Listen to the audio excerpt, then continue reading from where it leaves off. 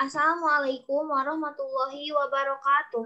Kami dari kelompok 6 izin mempresentasikan hasil diskusi kami mengenai prinsip-prinsip modifikasi dan kurikulum serta pengembangan desain pembelajaran dalam sekolah inklusif.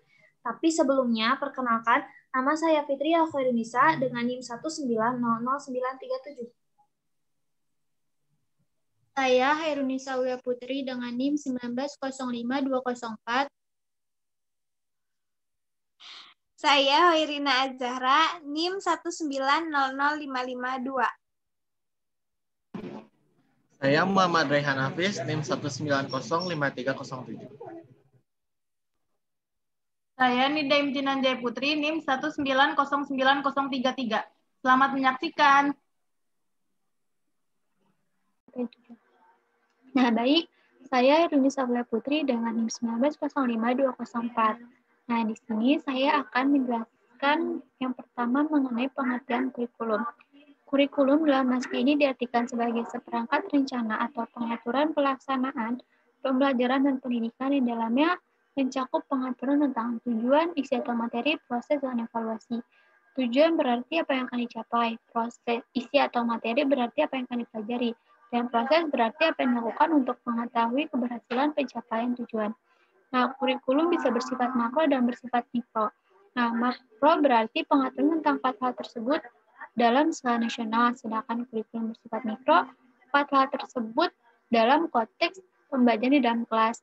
Jadi, kalau kurikulum bersifat makro, artinya kurikulum tersebut skala nasional, sedangkan kalau kurikulum bersifat mikro, konteksnya hanya saat pembelajaran di dalam kelas. Nah, kemudian selanjutnya saya akan menjelaskan mengenai model adaptasi atau modifikasi kurikulum menurut hasil penelitian yang dilakukan oleh para ahli. Nah, yang pertama di sini ada penelitian Margaret E. Kingsters tahun 2001. Margaret E. Kingsters meneliti langkah-langkah melakukan modifikasi kurikulum dan pembelajaran dari kurikulum dan pembelajaran umum ke kurikulum dan pembelajaran yang dapat diakses untuk peserta didik penyandang disabilitas. Sebagaimana yang kita ketahui bahwa tujuan dari modifikasi kurikulum dan pembelajaran adalah untuk memungkinkan individu penyandang disabilitas mengkompensasi intelektualnya, fisik, atau perilaku, dan untuk menciptakan lingkungan belajar yang memungkinkan penyandang disabilitas menggunakan kemampuan yang ada atau menggunakan keahlian yang ada. Nah, menurut Margaret E. Kingsters juga, model modifikasi kurikulum tersebut dikategorikan menjadi 4.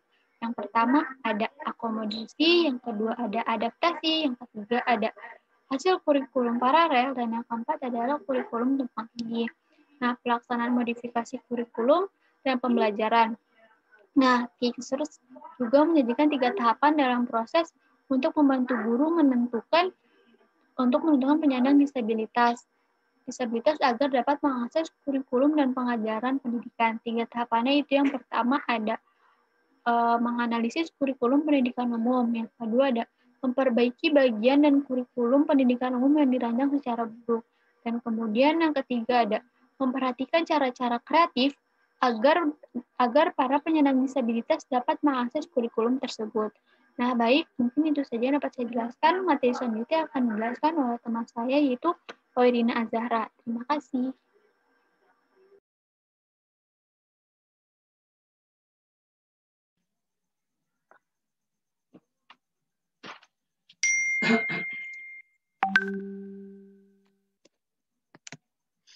Nah, kemudian yang kedua ada penelitian dari Wehmeyer dan Latin. Wehmeyer dan Latin telah melakukan penelitian tentang cara modifikasi kurikulum untuk peserta didik penyandang disabilitas. Tim peneliti telah mengusulkan 2 jenis modifikasi kurikulum, yaitu adaptasi kurikulum dan augmentation kurikulum. Tim peneliti juga telah melakukan survei terhadap guru yang mengajar peserta didik penyandang disabilitas. Ketika ditanya, apakah peserta didik pasti mendapat akses ke kurikulum umum dan akan dapat membantu meningkatkan harapan pendidikan bagi mereka? Proporsi terbesar sebanyak 37% menunjukkan bahwa peserta didik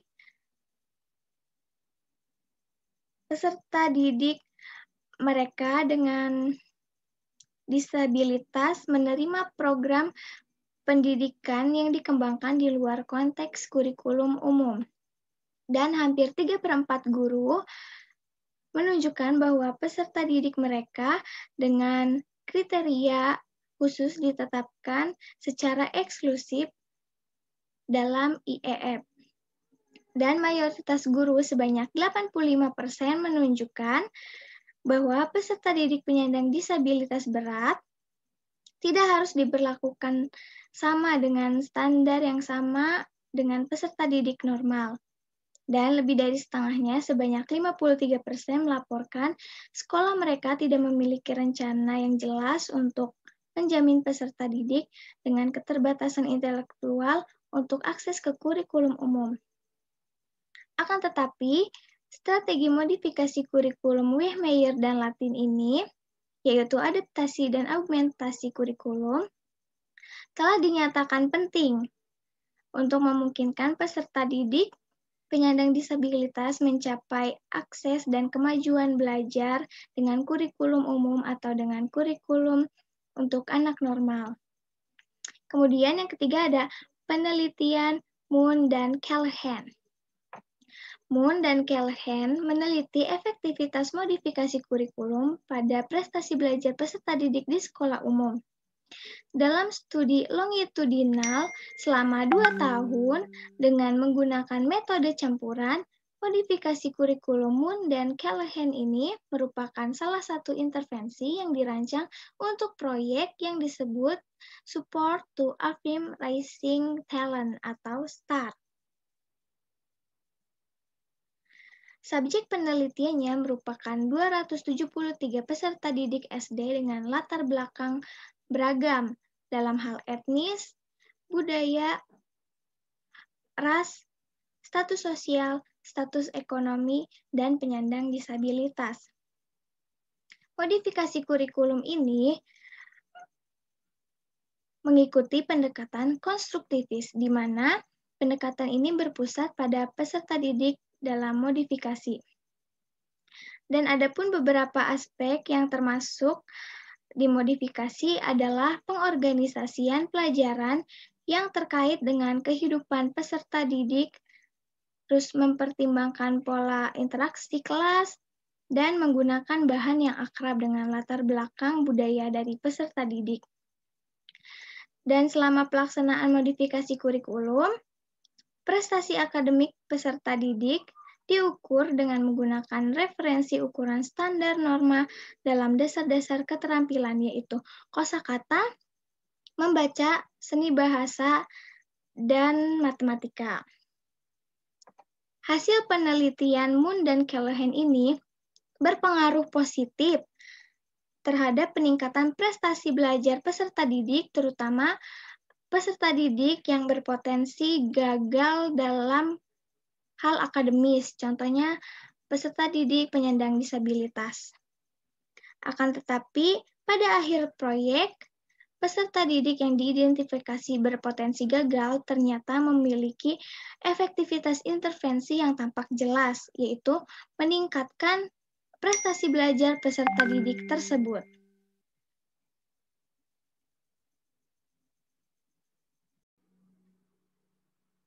Baik, selanjutnya saya akan menjelaskan tentang model pengembangan kurikulum. Yang pertama ada model duplikasi. Duplikasi artinya meniru atau mengadakan. Meniru berarti membuat sesuatu menjadi sama atau serupa. Nah, dalam kaitannya dengan model kurikulum, duplikasi berarti mengembangkan dan memberlakukan kurikulum untuk siswa berkebutuhan secara sama atau serupa dengan kurikulum yang digunakan untuk siswa pada umumnya atau siswa yang reguler. Jadi model duplikasi adalah cara dalam pengembangan kurikulum, yakni siswa-siswa berkebutuhan khusus menggunakan kurikulum yang sama. Seperti anak-anak pada umumnya. Model duplikasi dapat diterapkan pada 4 komponen. Nah, 4 komponen utama kurikulum yaitu tujuan, isi, proses, dan evaluasi.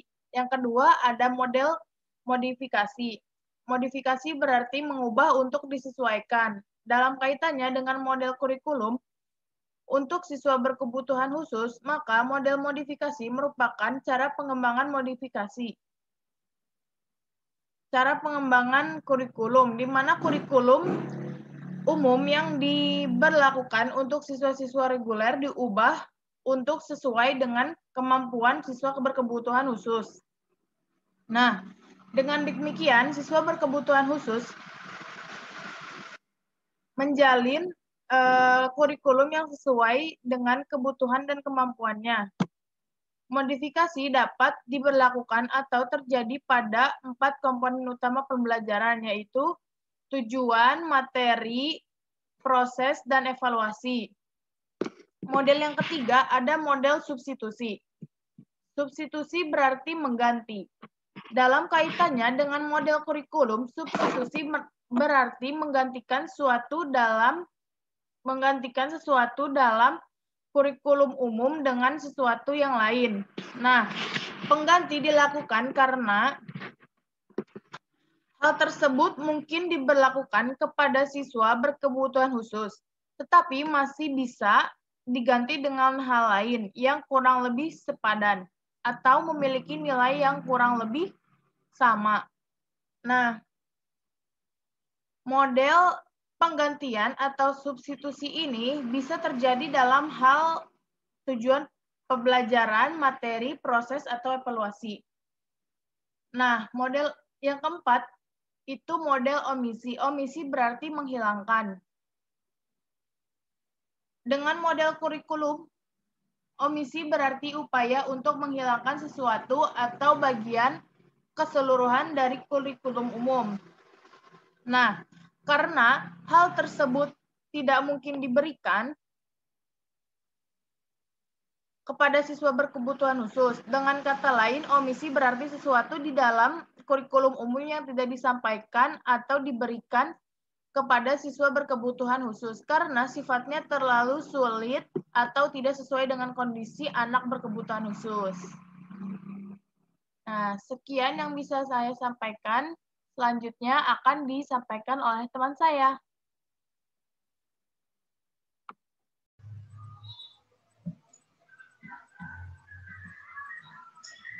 Baik, selanjutnya yaitu ada beberapa prinsip penting yang harus dijadikan sebuah acuan oleh guru dalam mengembangkan kurikulum untuk siswa berkebutuhan khusus dalam setting inklusif.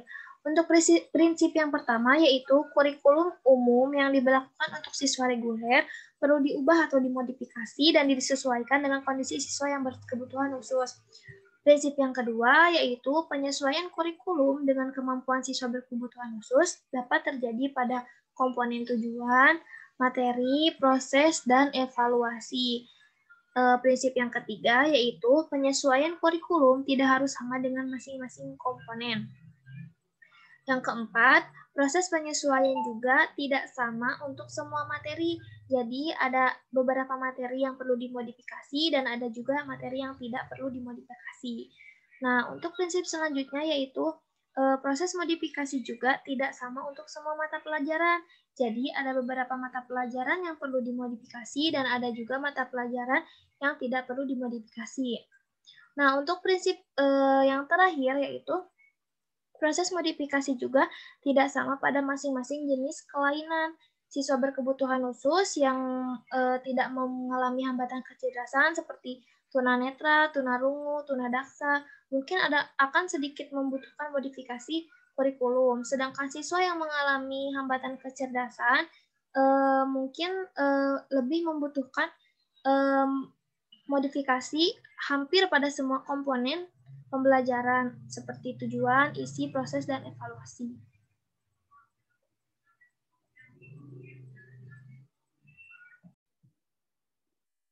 Di sini saya ingin menjelaskan tentang desain pembelajaran.